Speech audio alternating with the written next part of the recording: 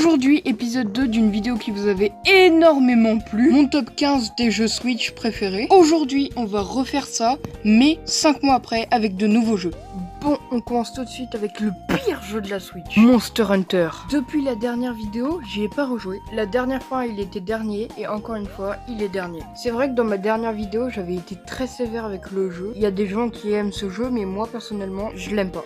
Ensuite, on a Mario et Sonic aux Jeux Olympiques. Alors, je confirme, le jeu est bien. Ils ont rajouté beaucoup de nouveautés, comme des nouveaux sports, le surf, l'escalade. Ils ont rajouté un mode histoire, un mode rétro 2D, mais le problème c'est qu'on fait vite le tour du jeu. Il y a des sports que tu vas pas apprécier, donc ça enlève une grosse partie du jeu, et tu vas te lasser des sports que t'aimes bien au bout de 5 minutes. Encore une fois, le jeu n'a perdu aucune place. Et on passe au suivant. Le suivant est un nouveau qui se nomme Mario 3D World. Le jeu était déjà sorti sur Wii U, mais cette fois-ci, ils ont rajouté Bowser Fury. C'est comme deux jeux en un, quoi. Ils ont rajouté de nouveaux items, mais c'est comme Mario 3D Land. Tu fais extrêmement vite le tour du jeu. Les niveaux sont très répétitifs. C'est comme un Mario Bros, mais en 3D avec de nouveaux items. J'ai été un peu déçu par le jeu, donc c'est pour ça que je le place ici. New Super Mario Bros U Deluxe. Le jeu a perdu une place. Bon, que dire? C'est un remake, c'est tout le temps la même histoire et c'est tout le temps les mêmes niveaux. Comme ça, c'est dit, c'est vraiment les plus gros points négatifs de Mario Bros. Ce que je trouve cool, c'est qu'ils ont rajouté quand même pas mal de choses, comme des mini-challenges et un Luigi Bros. Le prochain est encore une fois un nouveau qui n'était pas dans la première vidéo, c'est un jeu à ma sœur. C'est Super Mario Party. Alors je suis un peu déçu parce que l'esprit des Mario Party est, comment dire, un peu mort dans celui-là. J'ai du mal à me dire, ça, c'est un Mario Party. Mais il y a des bons mini-jeux et le jeu est bien. Pokémon bouclier. Bon, celui-là on va pas assez vite. Mon starter c'est Flambino. Marvel Ultimate Alliance 3. Bon, c'est le jeu le plus dur de tous les temps. J'avais passé je sais pas combien de temps jusqu'à réussir un combat pour qu'après je me retrouve contre un boss impossible que encore aujourd'hui je n'ai pas réussi. Alors que j'ai mis le jeu en normal. Y a pas mode facile. Mais il y a Rocket et ça on peut rien dire là-dessus. Le prochain est Splatoon 2. Alors c'est un jeu assez original. Moi j'aime beaucoup le concept du jeu. Les ennemis, les terrains, comment c'est disposé, l'histoire, c'est très original. Par contre, si t'as pas le online, ça retire une grosse partie du jeu et ça c'est vraiment dommage. Par contre, ce serait bien qu'on puisse choisir si on veut jouer avec l'écran ou avec les Joy-Con. Paper Mario the Origami King. Ou Mario c'est du papier et il y a un roi, c'est de l'origami, voilà. Le jeu est assez long, l'histoire est bien, le jeu est assez chill. Et là je vais parler de tous les Paper Mario. Faire un Mario en papier, c'est très osé et très original. Bon, je dois vous prévenir, à partir de là, les choix ont été très difficiles. À chaque fois, c'est un petit détail qui fait que je préfère ce jeu à lui. À partir du premier, du deuxième, du troisième et du quatrième, c'est beaucoup moins serré et il y a un grand écart. Bon voilà, je vous laisse avec la suite. Super Smash Bros Ultimate, ça fait mal au cœur de le placer là. Il y a deux raisons. Une, c'est parce que j'ai arrêté d'y jouer pendant un grand moment. Et pour la deuxième raison, on va attaquer le jeu suivant parce qu'ils sont liés. My Hero Injustice 2. Ou Mon Héros Injustice 2. Ouais! Alors, dans My Hero Injustice, vous êtes au courant, du coup, il n'y a que des personnages de My Hero Academia. Alors que dans Super Smash Bros Ultimate, il y a des jeux de plusieurs licences de Nintendo et d'autres choses. Mais évidemment, il y a des licences qu'on ne connaît pas, comme Kid Icarus ou Samus. Ce qui fait que ça retire beaucoup de personnages et que des personnages contre qui on va jouer, on ne les connaîtront pas. Donc ça va pas faire comme si c'était, je sais pas, un All for One contre All Might par exemple. Parce que Pac-Man contre Villageois, on s'en fout. En réalité, Smash Bros et My Hero Injustice 2 sont égalité. Je vous préviens tout de suite, ça a été une souffrance de classer Kirby Star Allies et les deux autres, mais je vous préviens, ils sont égaux. Ça a été dur de devoir placer lui avant lui, etc. Mais vraiment, pour moi, ils sont exactement pareils. Kirby Star Allies est le premier Kirby que j'ai eu de toute ma vie, et le seul que j'ai pour l'instant. Ce que j'aime bien, c'est que au lieu de bouffer tes ennemis, tu deviens pote avec eux. Wesh, ça va ou quoi, Gator l'alligator? Wesh, ça va ou quoi? Pain d'épices! Et si j'affectionne autant ce jeu, c'est aussi pour une raison personnelle, c'est mon jeu de l'été 2020. Yoshi Crafted World. Mon premier jeu Yoshi, alors que Yoshi est mon personnage préféré de tout Nintendo. Je trouve le gameplay assez marrant, mais surtout les boss sont incroyables. Le boss final, c'est une pépite.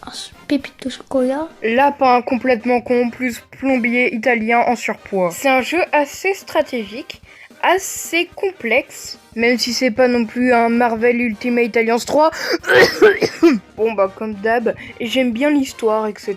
Mais ce que je préfère quand même, c'est retrouver au fur et à mesure des persos Mario, puis les retrouver en version lapin crétin. Tu peux choisir ton équipe, etc. Franchement, je trouve que ce jeu, il est formidable. D'ailleurs, j'ai hâte que le deuxième sorte parce qu'il a l'air trop bien.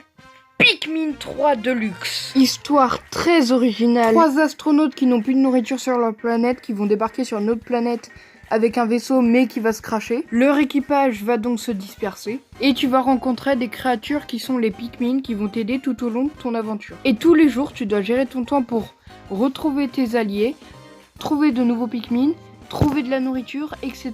Le jeu est bien foutu et c'est pour ça que je l'adore tellement.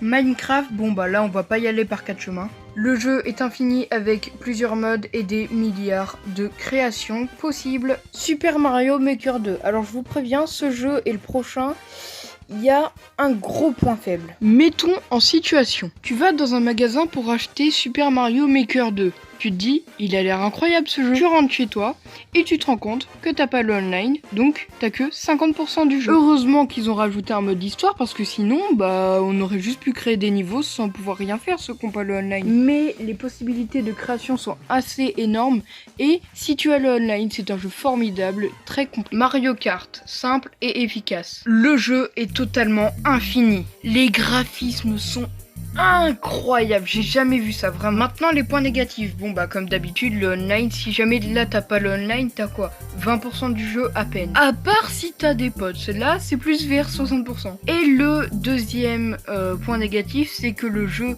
est très répétitif et je veux dire il y a que des courses quoi, enfin il n'y a pas de mode histoire etc.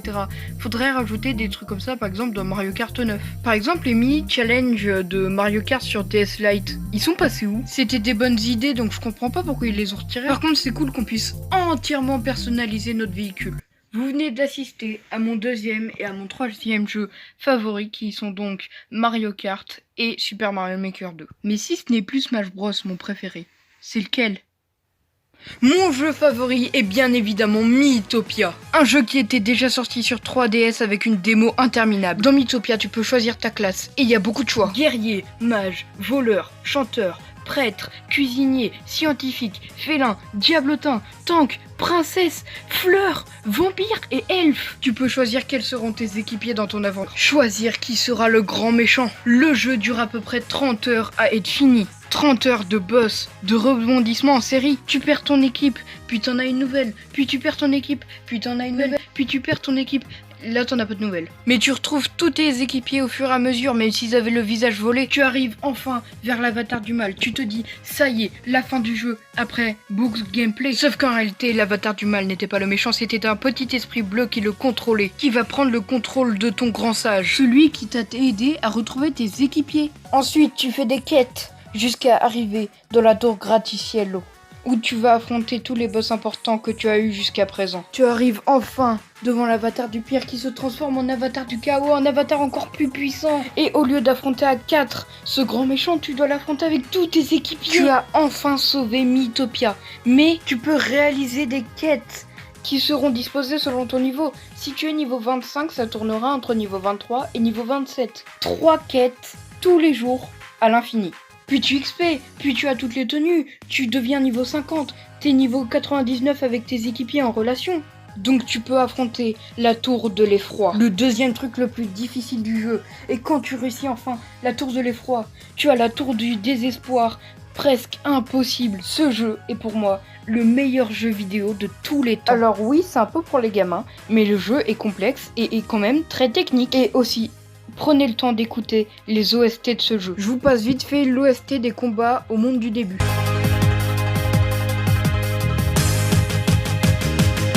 Et d'ailleurs, en parlant de Miitopia, soyez à l'affût, je vais bientôt sortir une vidéo où je termine Miitopia version extrême.